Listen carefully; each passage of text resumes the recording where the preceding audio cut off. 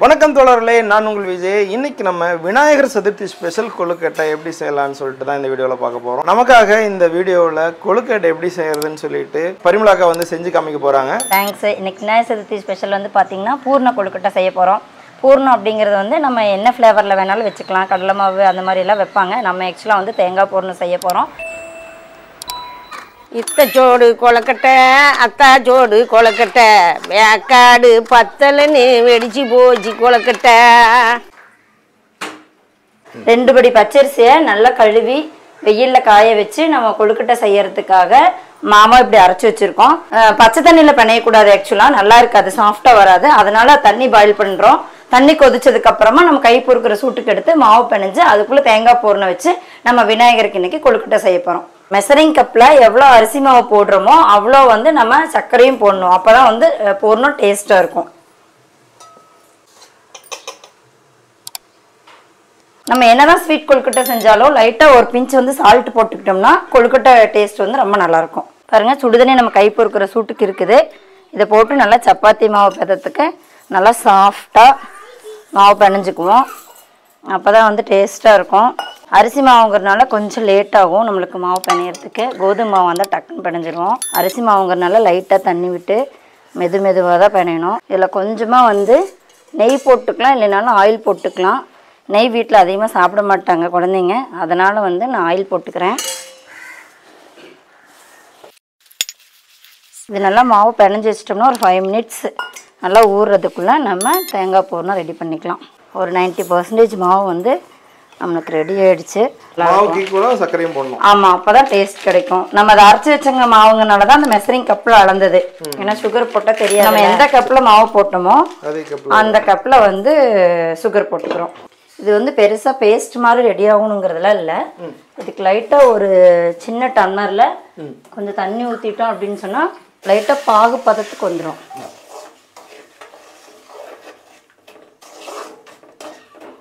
இந்த பார்ட்டிகிள்ஸ் எல்லாம் வந்து நல்லா கொஞ்சம் மெல்ட் ஆகணும்.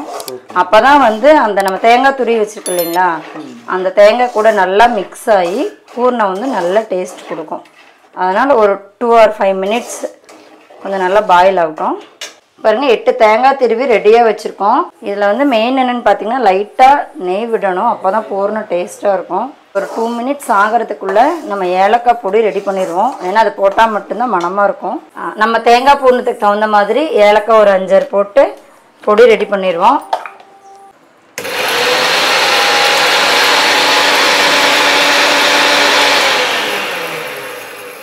ஏலக்காய் பொடி வந்து ரெடி ஆயிடுச்சுங்க. இதை நம்ம வந்து பாகு காய்ச்சிருக்கோம்ல அதில் போடுவோம். மணமாக இருக்கும். போட்டதுமே பாருங்கள் நல்லா கமகமான்னு மணம் வரும். தேங்காய் வந்து நம்ம டேஸ்ட்டுக்கு எவ்வளோ வேணாலும் போட்டுக்கலாம். இருந்தாலும் நம்ம எவ்வளோ சர்க்கரை போட்டிருக்கோமோ அதுக்கு தகுந்த மாதிரி போட்டோம்னா இன்னும் கொஞ்சம் நல்லா டேஸ்ட்டாக இருக்கும். 2 கப்பு மாவு, 2 கப்பு சர்க்கரை, 2 கப்பு தேங்காய்.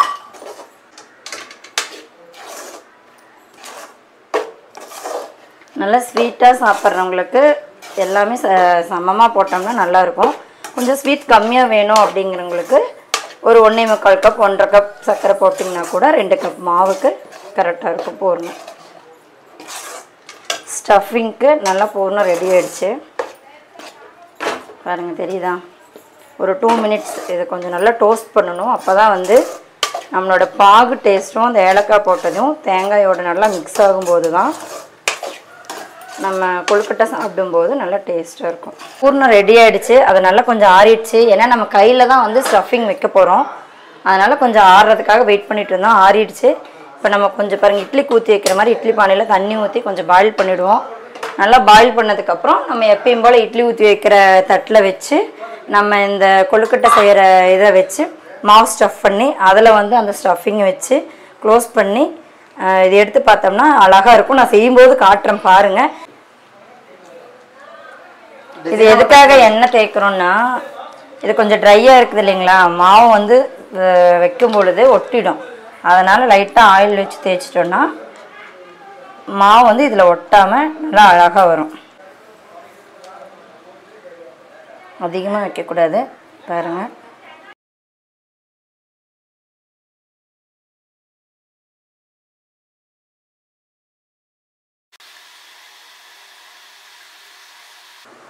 அவ்வளோதாங்க. இதை வச்சுட்டு இப்படி க்ளோஸ் பண்ணிடணும். ஓகேவா? மாவில் வச்சு ஸ்டஃபிங்கெல்லாம் வச்சாச்சு. பாருங்கள் எவ்வளோ அழகாக இருக்குதுன்னு சொல்லி. விநாயகர் சதுர்த்திக்கு கொழுக்கட்டை மட்டும் செஞ்சுருக்கீங்களா இல்லை வேறு ஏதாவது செஞ்சுருக்கீங்களா? இல்லைப்பா, அவருக்கு அவளும் பிடிக்கும்ல, அதனால் விநாயகருக்காக அவளும் செஞ்சு வச்சுருக்கேன்ப்பா. அப்படியா? ஓகே, அவ்வளோ ரெடியாக இருக்கு. ரெடியாக இருக்குங்க. சாமிக்கு படைச்சிட்டோம். நம்ம வீட்டுக்கு கெஸ்ட் வந்திருக்காங்க, அவங்களுக்கு கொஞ்சம் டேஸ்ட்டுக்காக கொடுப்போம். பிரசாதம் சாப்பிட்டு பார்த்துட்டு எப்படி இருக்குதுன்னு சொல்லுங்கள். ஓகேங்கக்கா. பாருங்கள் தோழர்களே, அக்கா வந்து நமக்காக அவல் கொடுத்துருக்காங்க. சாப்பிட்டு பார்க்கலாமா? பாருங்கள்.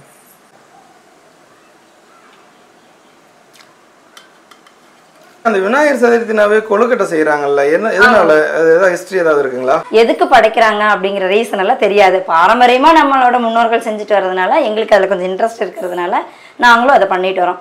ஏதாவது உங்களுக்கு தெரிஞ்சிச்சு அப்படின்னு சொன்னால் கமெண்ட்ல சொல்லுங்கள், நானும் பார்த்து தெரிஞ்சுக்கிறேன். நம்ம கொழுக்கட்டை வெந்துருச்சான்னு பார்த்துடலாம். ஆக்சுவலாக வச்சு ஒரு 10 மினிட்ஸ் இருக்கும், பார்த்துடலாம். பாருங்கள், கொழுக்கட்டை நல்லா வெந்துருச்சு. எப்படி வெந்துருச்சுன்னு சொல்கிறீங்கன்னு கூட யோசிப்பீங்க. கலர் நம்ம வந்து ஒயிட்டாக வச்சோம் இல்லைங்களா, அது வந்து பாருங்கள் நல்லா வெந்து இட்லி மாதிரி கலர் மாறிடுங்க. நம்ம அந்த ஆமாம், அரிசி மாவு வந்து பார்த்திங்கன்னா நம்ம வைக்கும்போது ஒயிட்டாக இருந்துச்சு ரொம்ப. இப்போ வந்து பார்த்திங்கன்னா இட்லி வெந்தால் எப்படி இருக்குமோ அந்த மாதிரி இருக்குது பாருங்கள். நம்ம இப்போ எடுத்துடலாம். துணியில் கூட ஒட்டாமல் எவ்வளோ அழகாக வந்துருக்கு.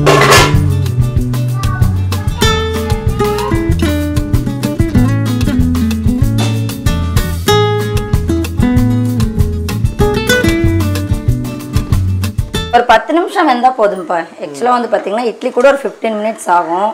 கொழுக்கட்டை வந்து பார்த்தீங்கன்னா ஒரு 10 மினிட்ஸில் ரெடி ஆகிடும். பாருங்கள், வச்சு ஒரு 10 நிமிஷம் தான் ஆச்சு. நல்ல ஒரு எடுக்கிற கன்சிஸ்டன்சி வந்துடுச்சு.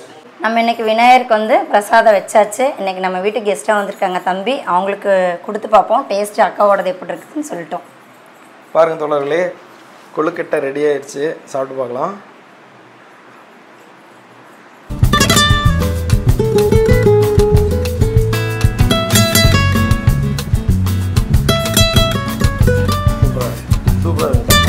தேங்க்ஸ்ப்பா, தேங்க்யூ. தம்பி கேட்டதுக்காக நான் செஞ்சுருக்கேன். எப்படி இருக்குன்னு பாருங்கள், தம்பிக்கு சப்போர்ட் பண்ணுங்கள், கமெண்டில் சொல்லுங்கள் எப்படி இருந்துச்சுன்னு சொல்லி. தேங்க்ஸ். பாருங்கள் தோழர்களே, வந்து குட்டி விநாயகர் வந்து களிமண்லேயே செஞ்சு வச்சுருக்காரு தம்பி.